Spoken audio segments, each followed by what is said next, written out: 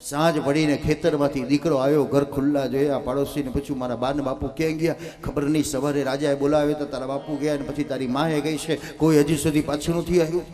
દીકરો દોડતો ગયો, મહારાજ મહારાજ મારા બા બાપુ ક્યાં ગયા? તમારા ગામના મુખીનો દીકરો. રાજા કે દાડો જ બગડ્યો આજ આખો. આખી વાત પછી રિપીટ કરી. તારા બાપુને મેં પૂછ્યું, મહેલ બનાવ્યો ને દૂધપાક પીવડાવ્યો ને ઉપરથી પૂછ્યું તો એમ કે તમે દરવાજો હાંકડો છે, મરી જાઓ, બહાર કેમ ના કાઢવાના? તારી માં તો એના કરતા આગળ ગઈ કે દરવાજો તોડવાની જરૂર ન પડે, ઘેરથી કે લાકડું લાવીને અહીં જ અગ્નિ સંસ્કાર કરી દઈશ. દીકરો કહેવા લાગ્યો, મહારાજ શું કહીએ, હાઈટે બુદ્ધિ ના હે. રાજાએ 65 વર્ષનો હતો. આ તો મારા મા બાપ છે ને તમે મુખી પણ સોંપ્યું એટલે લોકો એમની વાત માને. બાકી મહારાજ તમને એક સાચું કહું, તમારો મહેલ તમને મુબારક. જો કાળવારી એવું થાય તો લાકડા લાવવાની જરૂર નથી, અમે છે ને તમારા શરીરના કકડા કરીને બહાર કાઢીશું. બસ. જે બોલતા જ નથી આવડતું. બિનો સત્સંગ વિવેક ન હોય, રામ કૃપા બિનો સુલભ ન સોઈ. સગરના 100 દીકરામાં અભિમાન છે. આટલો મોટો દરિયો કોને ખોદ્યો હશે?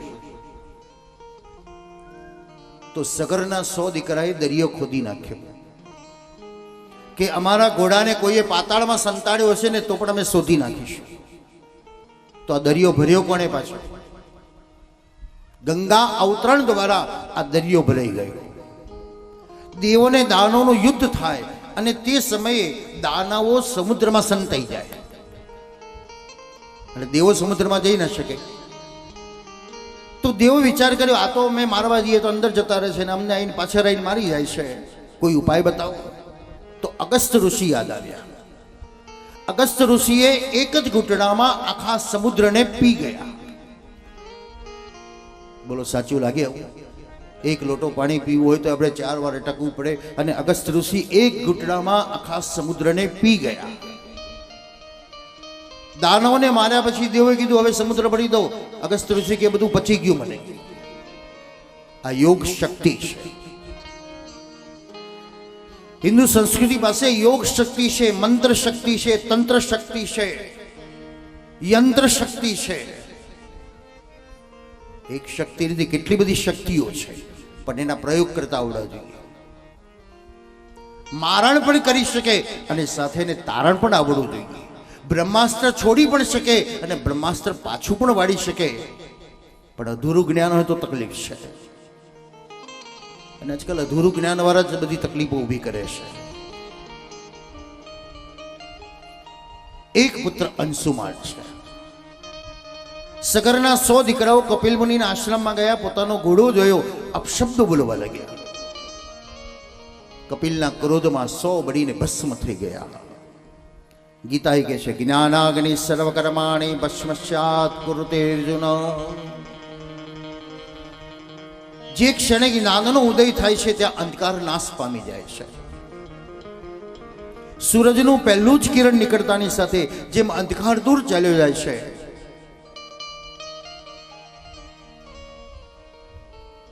એક પુત્ર અંશુમાને કપિલને વંદન કર્યા. મહારાજ, આ ઘોડો ન જોઈતો તમને આપી દો ને.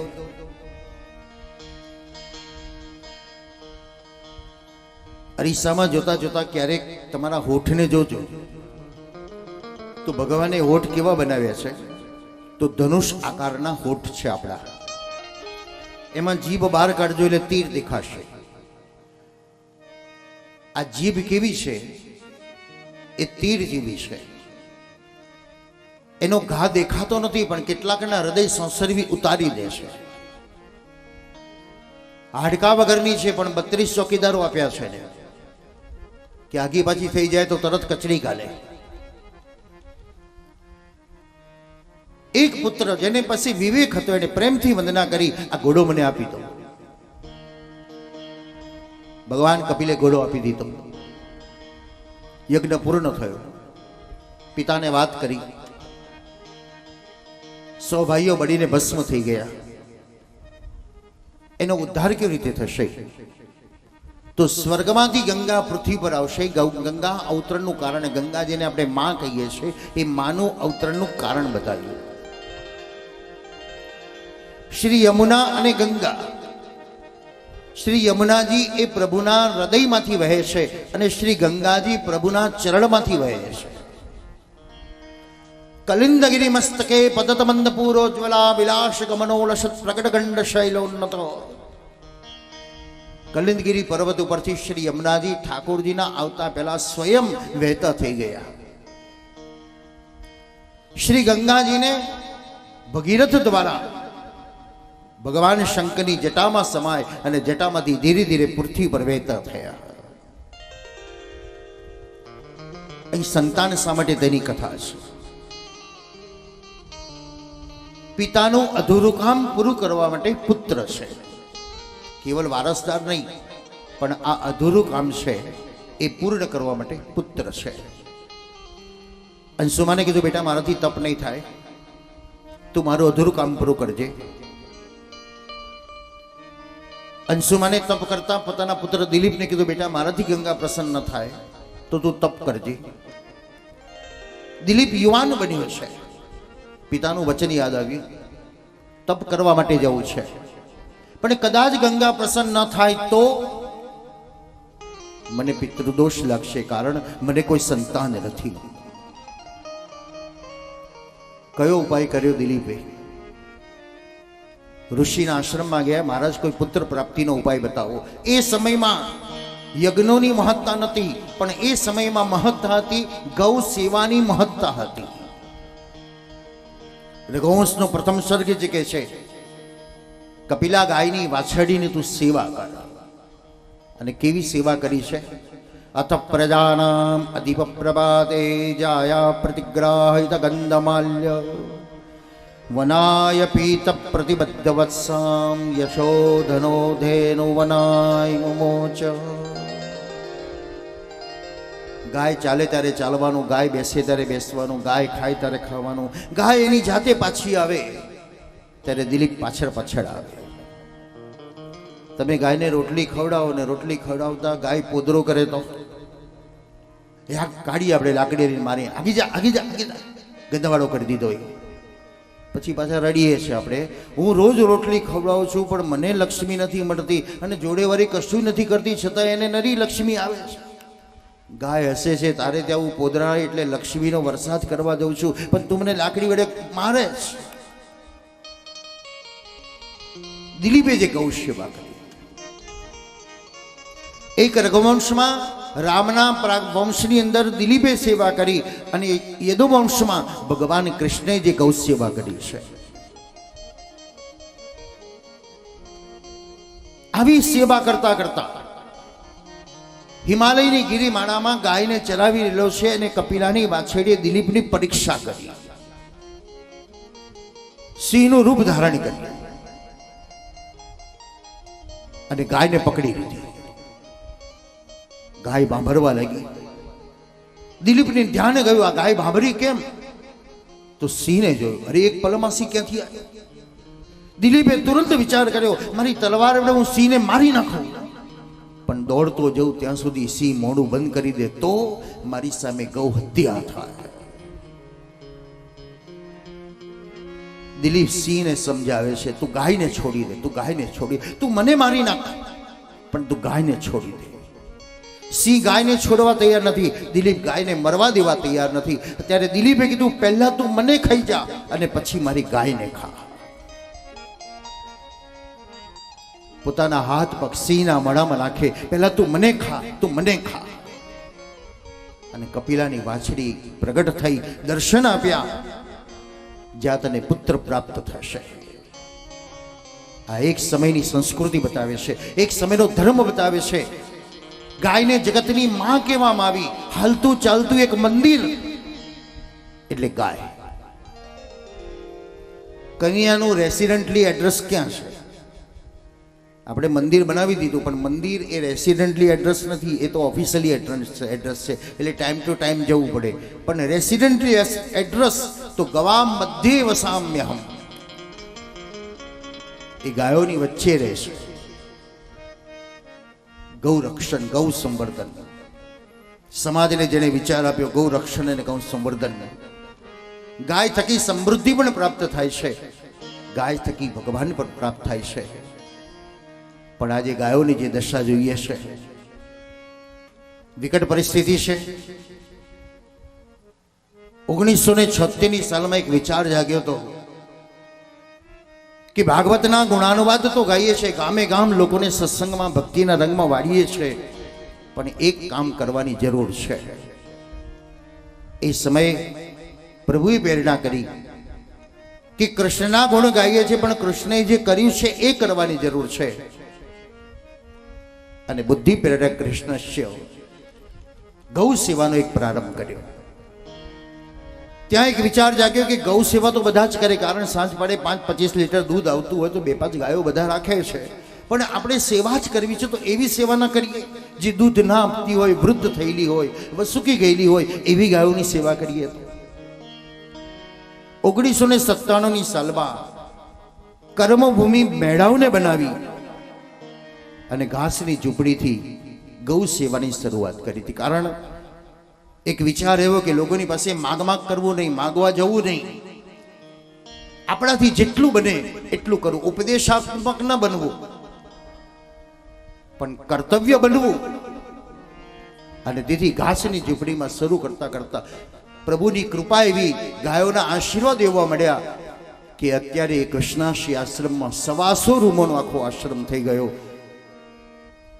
4 વીઘાની અંદર આખી મોટી ગૌશાળા બની ગઈ, અને જેમાં અત્યારે 350 ગાયોની જે સેવા થઈ રહેલી છે. ક્યાંય કોઈની પાસે કહેવા નથી જવું પડતું કે ભાઈ તમે આપો આપો. આ વિકટ પરિસ્થિતિ 2 વર્ષ પહેલી મારી કથા આવતી ગઈ 2020ની અંદર 3 દિવસ પહેલા મેં નીકળવાના હતા ને જ રાત્રે ફોન આવ્યો વિરેનભાઈનો કે શાસ્ત્રીજી આ વિકટ પરિસ્થિતિ આવી છે, 25મી જે લોકડાઉન છે ને મોરારી બાપુની કથા બંધ રહી છે, એટલે આપણે પણ હવે બંધ રાખીએ છીએ. અને પછી તો ટપોટપ ફોનો આવાજ માંડ્યા. 2 વર્ષની વિકટ પરિસ્થિતિની અંદર પણ ઈશ્વરે જે અનુભૂતિ કરાવી છે કે બસ એનું કાર્ય ચલાવતો રહેલો છે. કહેવાનો ભાવ મારો એ છે, કામધેનુ છે. કથાઓ આપણે સાંભળીએ છીએ તો કમસે કમ મારે આગળ હું એક ગાયની સેવા કરું. શ્રીમદ ભાગવતના 10મ સ્કંદમાં બાલ સખાઓની સાથે પ્રભુ બાલકૃષ્ણ જ્યારે બિરાજે છે ત્યારે પહેલો પ્રશ્ન મધુમંગલને કરવામાં આવ્યો છે, મધુમંગલ તું દુબળો કેમ છે? એટલે મધુમંગલ કીધું લાલા મેં ગરીબ છે. કેમ? અમારી પાસે ગાયો નથી. શ્રીમદ ભાગવત કહે છે જેની પાસે ગાય નથી એ ગરીબ છે. આપણે એમ કહીએ છીએ જેની પાસે ગાડી નથી એ ગરીબ છે. ગા શબ્દ છે, ગાય અને ગાડીનો શબ્દ તો એક જ છે, અક્ષર. ગાડી આ ગામથી પરગામ લઈ જશે તો ગાય આલોકમાંથી પરલોક લઈ જશે. ભલે આપણે આંગણે ગાય નથી રાખી શકતા, ગાડી રાખીએ છીએ તો કમસે કમ જ્યાં ગાય છે ત્યાં હાથ તો લાંબો કરી શકીએ કે નહીં? અનેક એવા દાતાઓ છે, અનેક ભક્તો છે કે પોતે એક ગાયની સ્પોન્સરશિપ લઈ લે છે. એક ગાયનો નિભાવ ખર્ચ 1 વર્ષનો હું આપી દઉં, 2 વર્ષનો આપી દઉં, મહિનાનો આપી દઉં, 1 દિવસનો આપું.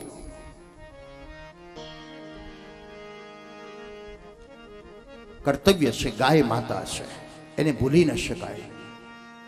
સમાજને જાગૃત થવાની જરૂર છે, રાષ્ટ્રને જાગૃત થવાની જરૂર છે, પ્રત્યેક સંતોને જાગૃત થવાની જરૂર છે, પ્રત્યેક સંસ્થાઓએ જાગૃત થવાની જરૂર છે. લાખોને કરોડો રૂપિયાના મંદિરો બાંધીએ છે, સારું છે, બાંધો, કોઈ ટીકા નથી, કોઈ વિરોધ નથી, પણ કમસે કમ એટલું કામ તો કરવું જોઈએ કે મેં 50 કરોડનું મંદિર બાંધ્યું તો હું 50 ગાયો તો રાખું કે નહીં? એવી વસ્તુ કે ગયેલી દૂધ વૃદ્ધ ગાયો જે કસેખાને જતી હોય, કાગળ ખાતી કરી દીધી આપણે એને, એનું કમસે કમ ઘાસ તો ખવડાવું કે નહીં? કૃષ્ણને રીઝવવા માટેનો એક ઉપાય છે. કદાચ આપણે બધા જ કનૈયાની સેવા તો કરીએ છીએ, ઠાકરની જ્યારે બંટા ભોગ ધરાય કરીએ છીએ, પણ કનૈયો ખાય છે કે નહીં એ મોટો પ્રશ્ન છે. બાળકને ઓરડામાં પૂરી દીધો હોય પિતાએ, અને પછી માને એમ કે ચલ જમવા બેસી જાય, તો કઈ માં જમવા બેસે? એ માં એમ કે ને મારા દીકરાને પહેલા ખવડાવો. એમ ભગવાન પણ આપણને એમ કહે છે મારી ગાય ભાંભરી રહી છે, એ કાગળ ખાય છે, કોથળીઓ ખાય છે, એને તું ઘાસ ખવડાવી જા. મને લાડવો નહીં ખવડાવું તો વાંધો નહીં, પણ તું એને ખવડાવ. આજે શહેરોમાં તો ગાયોને કોથળીઓ ખાતી કરી દીધી છે. ભાવના છે ખવડાવે છે, છિલકા પડ્યા છે તો નીચે કોણ દાદરો ઉતરે, ઉપરથી કોથળીમાં ભરી નાખી દીધું. ભૂખી ગાય આવે અને કોથળી ખાઈ જાય. સ્લો પોઈઝન આપણે આપી રહેલા છે આજે. અમારે ત્યાં શહેરોની પકડેલી ગાયો આવે ને ત્યારે મહિનાની અંદર ગાયો દુબળી પડી જાય. એટલે ડૉક્ટરને બોલાવીને પૂછે કે શું કારણ છે કે દુબળી પડી જાય છે. ત્યારે ડૉક્ટર કહે કે આનું ઓપરેશન કરવા પડશે. ઓપરેશન કરાવીએ ત્યારે પ્લાસ્ટિકના ગઠ્ઠા 2-5 કિલોના એના પેટમાંથી કાઢે છે. એની ઓજરી મંદ પડી જાય છે. એ ઘાસ પચાવી શકતી નથી, ઘાસ ખાઈ શકતી નથી અને પરિણામે દુબળી પડીને તરફડીને મરતી હોય છે. તો કમસે કમ એક કામ તો કરીએ કે આપણે પ્લાસ્ટિક નાખવાનું તો બંધ કરી દઈએ તો પણ એક ગૌ સેવાનું પ્રાધાન્યતા છે. દિલીપે જે ગૌ સેવા કરી છે કે જેના દ્વારા એને પુત્ર પ્રાપ્તિનો આશીર્વાદ મળ્યો છે. દિલીપનો પુત્ર રઘુ અજ થયો, અજનો પુત્ર દિલીપનો પુત્ર રાજા ભગીરથ થયો અને ભગીરથ દ્વારા ભાગીરથી ગંગા પ્રગટ થઈ. તપશ્ચર્યા કરી ગંગાએ કીધું મારું પ્રવાહ એટલો બધો દોષ છે કે હું પૃથ્વીમાં સમાઈ જઈશ, મને કોઈ ધારણ કરનાર જોઈએ. શંકરની આરાધના કરી અને શંકરે પોતાની જટામાં ગંગાને ધારણ કરી. ગંગા ગભરામણ થવા લાગી, કારણ એનું અભિમાન હતું કે મારો પ્રવાહ એટલો છે કે હું પાતાળમાં ચાલી જઈશ. પણ શંકરે પોતાની જટામાં એવી બાંધી દીધી અને ગંગા ગભરાવા લાગી તો ભગવાને જટામાંથી ધીરે ધીરે ફુવારા દ્વારા એ પતિત પાવન ગંગા આપણા માટે પૃથ્વી ઉપર આવી ગઈ. પુત્રની કથા છે. આ વંશની અંદર રઘુ નામનો રાજા થયો. અહીંથી રઘુવંશની શરૂઆત થઈ. રઘુ રાજાએ બહુ જ યજ્ઞો કર્યા. રઘુનો પુત્ર અજ થયો, અજનો પુત્ર રાજા દશરથ થયો. રાજા દશરથના જીવનમાં એક પ્રસંગ બન્યો હતો કે જનકપુરનો રાજા જનક શિકાર કરવા માટે નીકળ્યા છે અને તે સમયે શિકાર હાથમાંથી જતો ન રહે એટલે રાજા જનકે બાણ માર્યું, હરણ ખસી ગયું અને બાણ અયોધ્યાની સીમમાં ગાયને વાગી ગયું. રાજા જનક બહુ દુઃખી થયો, મારાથી ગૌ હત્યા થઈ, બીજાના નગરમાં જઈને હત્યા થઈ, બીજાની હદમાં થઈને થઈ છે. આ પાપમાંથી મને મુક્ત કરી શકે એવું કોણ છે? રાજા દશરથ યાદ આવ્યા. રાજા જનકે પોતાના માણસોને કીધું તમે જાઓ, જઈને રાજાને કહો કે રાજા જનકથી આવી ભૂલ થઈ છે અને ગૌ હત્યામાંથી મુક્ત કરે. ગુરુ આશિષ્ટ રાજા દશરથ છે, ગુરુ ભક્ત રાજા દશરથ છે, ગુરુની સેવામાં વિલંબ ન થાય એ રાજા દશરથ છે. ગુરુ પણ કેવા હતા? નિષ્ઠાવાળા હતા, પોતાના શિષ્યને શોધવાની કરતા હતા. એક શિષ્ય ગુરુની સેવા કરતો હતો, એને ખાવા બહુ જોઈએ એટલે ગાયો ચરાવવાનું કામ સોંપ્યું હતું, પણ રોજ ગાયોને દોઈ દોઈને દૂધ પી જાય. એટલે ગુરુએ કીધું બેટા હવે તારે દૂધ પીવાનું નહીં. ભૂખ એવી લાગે કે જંગલમાં એને કશું મળે ને, એને પાંદડા ખાતા ખાતા એક દિવસ એવા ઝેરી પાંદડા ખાતા કે આંખો એની જતી રહી. કુવામાં પડી ગયો. સંધ્યાકાળ થઈ, શિષ્ય ના આવ્યો. ગુરુ ફાનસ લઈને નીકળ્યા છે, મારો શિષ્ય ક્યાં ગયો, શિષ્ય ક્યાં ગયો? પુકાર કરે અને કુવામાંથી અવાજ નીકળ્યો, ગુરુ અહીં પડ્યો છું. અને ગુરુ એને બહાર કાઢે, બેટા શું થયું તને, કેમ પડી ગયો? તમે ના પાડીને દૂધ નહીં પીવાનું એટલે હું આ પાંદડા ખાતા ખાતા, ઝેરી પાંદડા ખાતા મને દેખાતું બંધ થયું. ગુરુ જ્ઞાતા હતો, વનસ્પતિ શોધી લાવ્યા અને આંખો ઉપર લગાડીને એને ફરી પાછો દેખતો કરી દીધો છે. શિષ્ય જો ગુરુને આધીન બને તો ગુરુ પણ એવો શિષ્ય સમર્પિત બની જાય છે.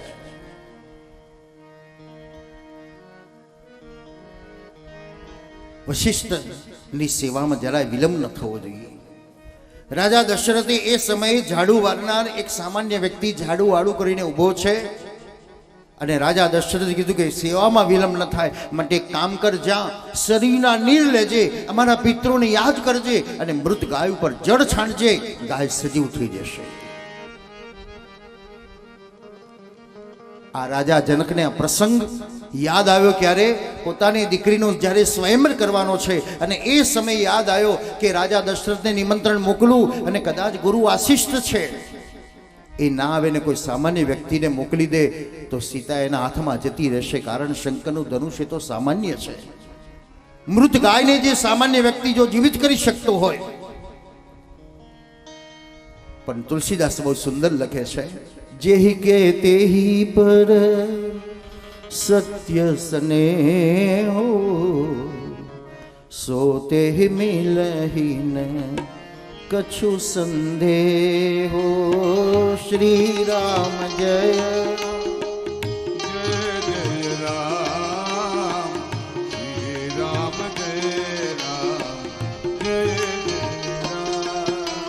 श्री राम जय राम जय जय राम.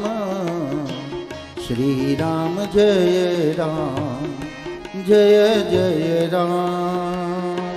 श्री राम जय राम जय जय राम. श्री राम जय राम जय जय राम. જેહી કે તે પર સત્ય સ્નેહ. રામ અને સીતાનું જોડું જ થવાનું છે,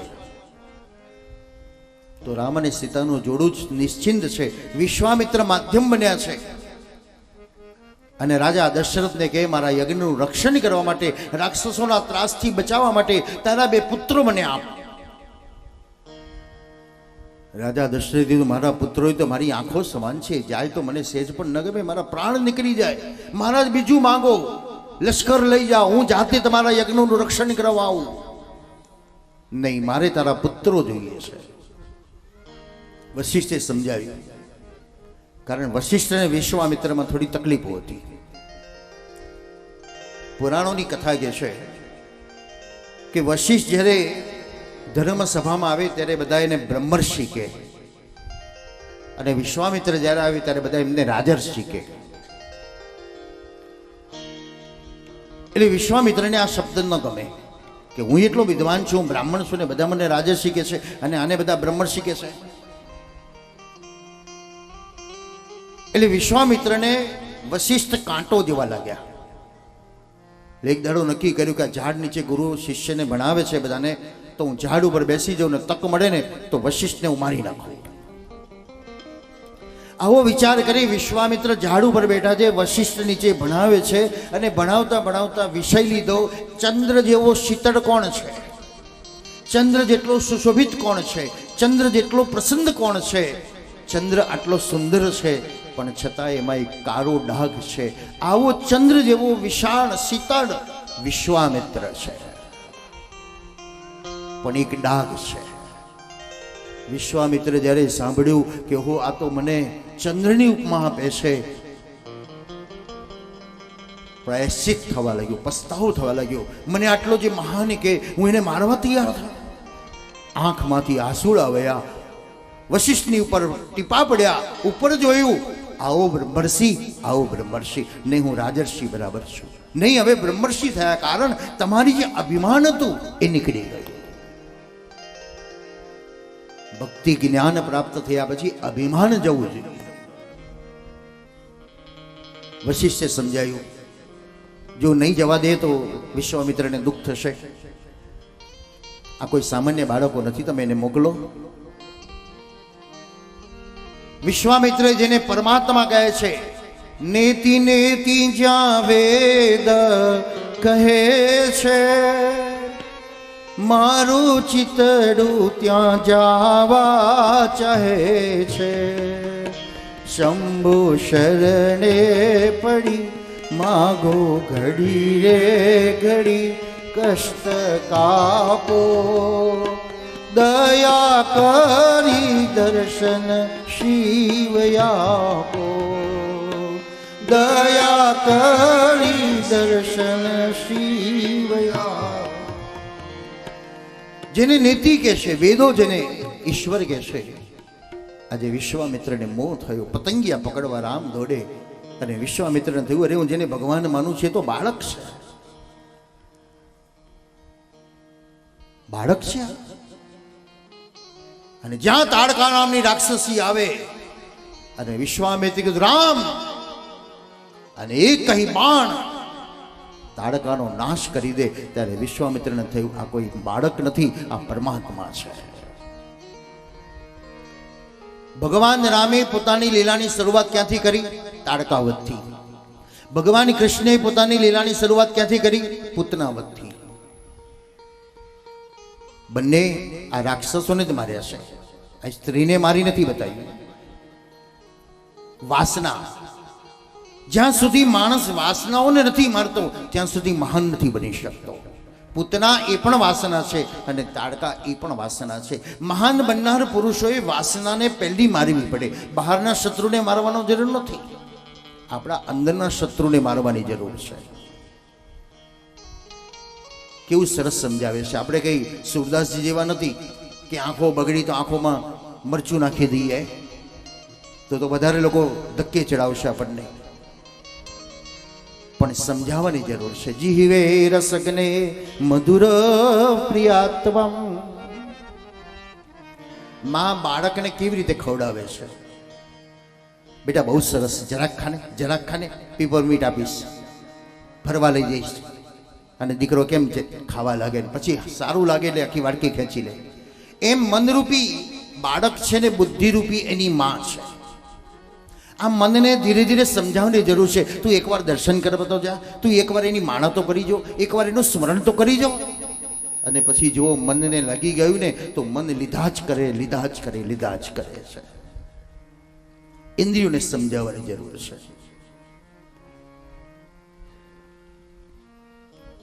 આંખને સમજાવો, તું એકવાર કૃષ્ણના દર્શન તો કરી જો. કાનને સમજાવો, તું એકવાર ભગવાનની કથા તો સાંભળ. મુખને સમજાવો, તું એકવાર ભગવાનનું સ્મરણ તો કર. હાથને સમજાવવાની જરૂર છે, તું એકવાર સેવા તો કર. પગને સમજાવો, તું એકવાર એની પરિક્રમા તો કરી જો. ભલે ન કરો તો વાંધો નહીં, થોડું પરિવર્તન તો કરી દો. તમે સવારે રોજ ચાલવા નીકળ્યા છો વોકિંગ કરવા માટે, અને તમારો મિત્ર તમને મળ્યો, ક્યાં જાઓ છો? આપણે શું કહીશું? ચાલવા નીકળ્યો છું. 5 કિલોમીટર તમે ચાલીને આવ્યા, નહીં ધોઈને પાછા મંદિરમાં ગયા, અને મંદિરમાં તમે ગોર ગોર ફરો છો. એ મિત્ર પાછો તમને ફરી મળ્યો અને પૂછ્યું શું કરો છો? બોલો જવાબ શું નીકળશે આપણો? પરિક્રમા કરું છું. સવારે નીકળ્યા એ પણ ચાલવાની ક્રિયા હતી, મંદિરને ગોર ફરો છો એ પણ ક્રિયા તો એક જ છે, પણ શું ફરક પડ્યો? તો ભાવનો ફરક પડ્યો. જો તમે ત્યાં ચાલ્યા પણ એમાં ભાવ ન જાગ્યો તો ખાલી આંટો બની ગયો, અને અહીં ભાવ જાગ્યો તો પરિક્રમા બની ગઈ. પ્રત્યેક ક્રિયામાં ભક્તિને ભેળવી દો તો તમારી એક એક ક્રિયાઓ ભક્તિમય બનવા લાગશે. શ્રવણમ કીર્તનમ વિષ્ણુ સ્મરણમ પાદસેવનમ અર્ચનમ વંદનમ દાસ્યો શક્તિ આત્મનિવેદનમ. તમે સાંભળો છો, હું કોઈની વાતો નથી સાંભળતો, બસ મશીન મૂકી દો કાનમાં, હું તો ભગવાનની કથા સાંભળું છું. તમે સૂતા છો તેવો ભાવ કરો, હું ભગવાનને દંડવત પ્રણામ કરું છું. તમે જમો છો તેવો એક ભાવ કરો, હું ભગવાનનો પ્રસાદ આરોગું છું. તમે બોલો છો એવો એક ભાવ પ્રગટ કરો, હું ભગવાનનું સ્મરણ કરું છું. બસ ભક્તિને ભેળવી દો તો તમારી એક એક ક્રિયા ભગવતમય બનવા લાગશે. એ ચાલવું નહીં રહે, એ પ્રદક્ષિણા બનશે. એ સૂવું નહીં રહે, એ દંડવત પ્રણામ બની જશે. એ વાતો નહીં રહે, પણ ભગવત કીર્તન બની જશે.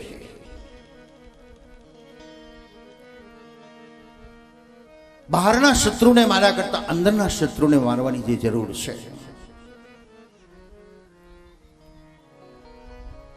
પુરાણોની જે રામ પ્રાગટ્યની જે કથા છે, અયોધ્યાનો રાજા દશરથ છે, 3 પત્નીઓ છે, કૌશલ્યા, સુમિત્રાને કઈ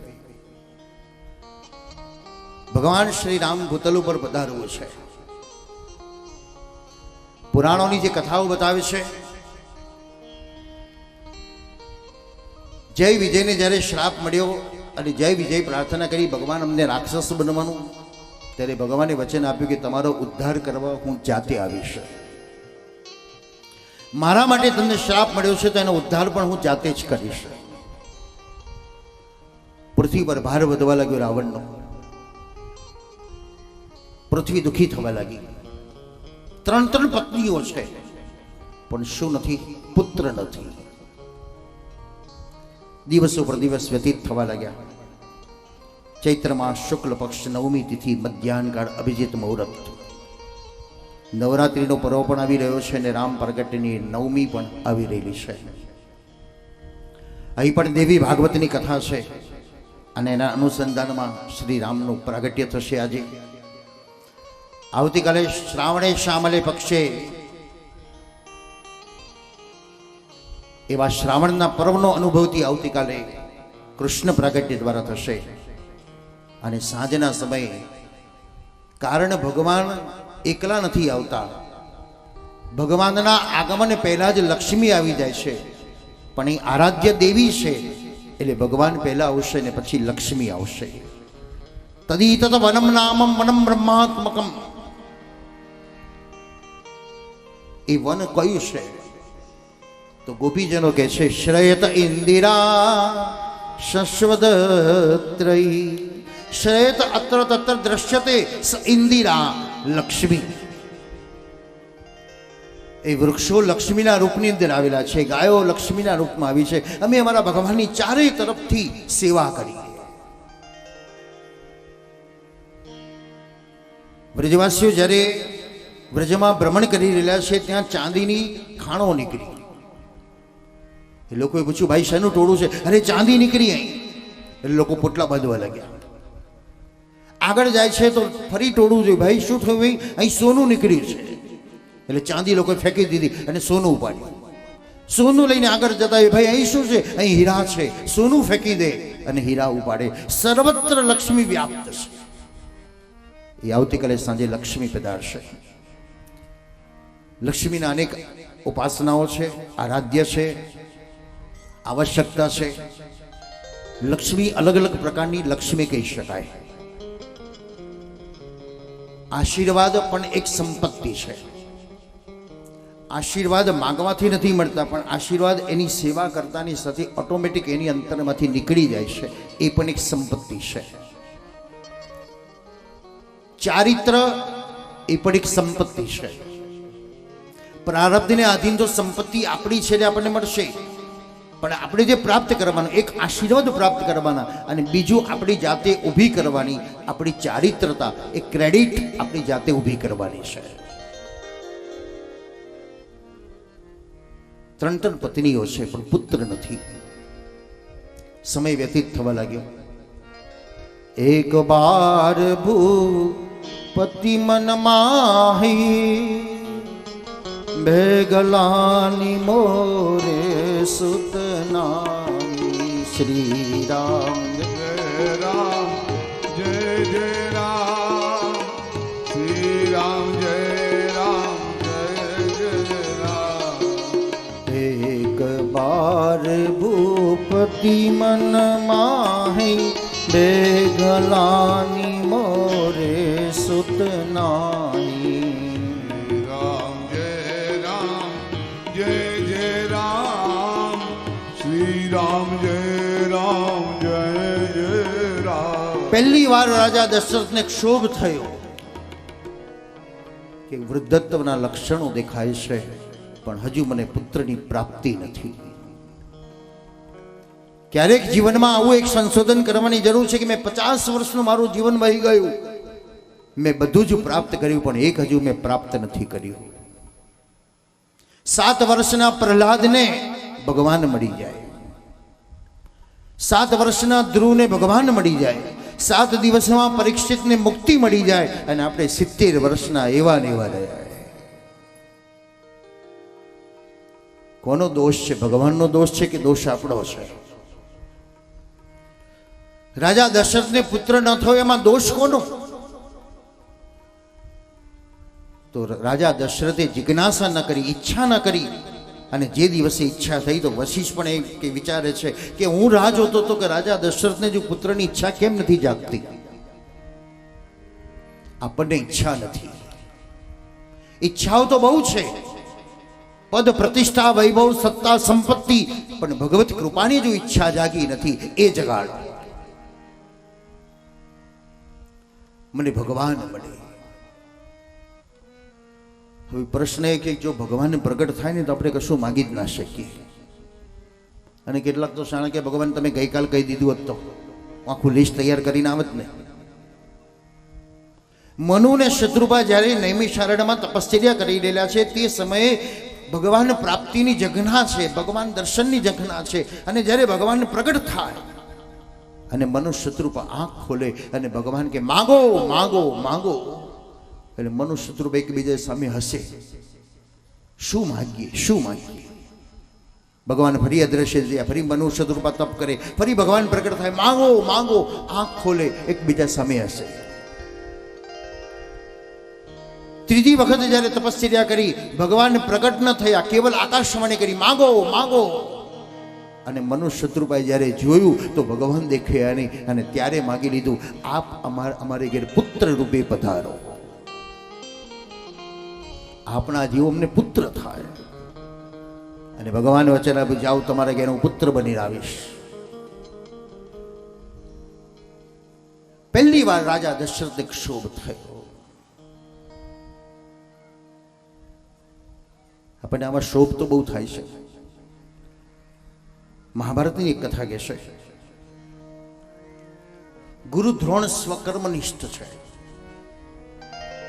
જેણે જીવનમાં યાચના વૃત્તિ નથી કરી. પરમાત્માનું સંતાન દરિદ્ર નથી, આપણે દરિદ્ર બની ગયેલા છે. યાચના વૃત્તિની આપણે ટેવ પાડી દીધી છે. પ્રત્યેક ઈશ્વરનું સંતાન, કારણ જેનો પિતા ધનવાન છે તેનું સંતાન પણ ધનવાન છે. પણ ક્યાંક ને ક્યાંક આપણી નબળી નસો પકડી જાય છે અને આપણને ભીખ માંગતા કરી દે. ધુત્કાર સહન કરવાની તાકાત મળી જાય, અપશબ્દો સહન કરવાની તાકાત મળે છે. ગુરુ દ્રોણ સ્વકર્મનિષ્ઠ, જેને કોઈની સામે હાથ નથી લાંબો કર્યો, એના જીવનમાં એક નબળી નસ આવી. એનો દીકરો અસ્વસ્થામાં રડી રહેલો છે. પત્નીને પૂછ્યું, કેમ દીકરો રડે છે? એને દૂધ પીવું છે. તો પીવડાવો ને, પણ ઘરમાં ગાય નથી, દૂધ ક્યાંથી લાવવાનું? પહેલી વાર દ્રોણને દુઃખ થયું કે મારા દીકરાને દૂધ નથી પીવડાવી શકતો, મારે દીકરાને દૂધ પીવડાવવું છે. પોતાનો મિત્ર દ્રુપદ નામનો રાજા છે, એની પાસે જઈને કીધું, દ્રુપદ આપણે બંને મિત્ર છે, તું મને એક ગાયનું દાન કર. પણ રાજા વાજા ને વાંદડા ક્યારે બગડે એનો ભરોસો નહીં. દ્રુપદે કીધું, તું મને બ્રાહ્મણ બનીને માગ તો તને આખું ગામ આપું, પણ મિત્ર બનીને માગું તો તને કશું જ ના આપું. આ અપમાન સહન કરવાની પણ તાકાત મળી, કારણ મારા દીકરાને મારે દૂધ પીવડાવવું છે. ભીષ્મ પિતામહને સમાચાર મળ્યા, દ્રોણને પોતાના નગરમાં બોલાવ્યા, પોતાના વિદ્યાર્થીઓને અભ્યાસ કરવાનું બતાવ્યું. મારા દીકરાઓને તમે ભણાવો, તમારા દીકરાને સોના ચાંદીના વાસણો આપીશ, ખવડાવીશ, પીવડાવીશ, મજા કરાવીશ. દ્રોણે જોયું પોતાનો દીકરો સોનાના વાસણમાં જમે, છત્ર પલંગમાં પોડે, રથોમાં ફરે છે. દ્રોણ જાણે છે દુર્યોધન અધર્મ કરી રહ્યો છે, દુર્યોધન પાપ કરે છે, પણ દ્રોણ ન અટકાવી શક્યા. કારણ એક નબળી નસ હતી, મારા દીકરાનું દૂધ જતું રહેશે. દ્રોણ જાણે છે ધર્મની સામે યુદ્ધ ન થાય, ભગવાનની સામે યુદ્ધ ન થાય, પણ આસક્તિ છે કે દ્રોણ ભગવાનની સામે યુદ્ધ કરવા ગયા અને ભગવાને જોયું કે આને અટકાવો કેવી રીતે? એની નબળી નસ કાપી નાખવા દે, એનો મોહરૂપી માટલું ફોડી નાખવા દે. અને અસ્વસ્થામાં હણાયો અને દ્રોણે શસ્ત્ર હેઠા મૂકી દીધા. હવે આ બધું શા માટે કરવાનું? આપણી ક્યાંક ને ક્યાંક આવી આસક્તિઓ આપણને ક્યાંથી ક્યાં લઈ જાય છે. પણ સદગુરુની કૃપા કે ક્યાં તો ને ક્યાંય મુજને લઈ ગયા, ક્યાં તો ને ક્યાંય મુજને લઈ ગયા. ગુરુજી મારા કાનમાં કઈ ગયા, ગુરુજી મારા કાનમાં કઈ ગયા. અષ્ટાક્ષર મંત્ર મુજને દઈ ગયા અક્ષર મુજને કાનમાં દઈ ગયા અષ્ટાક્ષર મંત્ર મુજને દઈ ગયા દૈવી જીવને શરણે મુને લઈ ગયા ગુરુજી મારા કાનમાં કઈ કઈ ગયા ગુરુજી મારા કાનમાં કઈ કઈ કઈ ગયા બંને ક્યાં હતો ને ક્યાં મને લઈ ગયા શ્રી મહાપ્રભુજી જ્યારે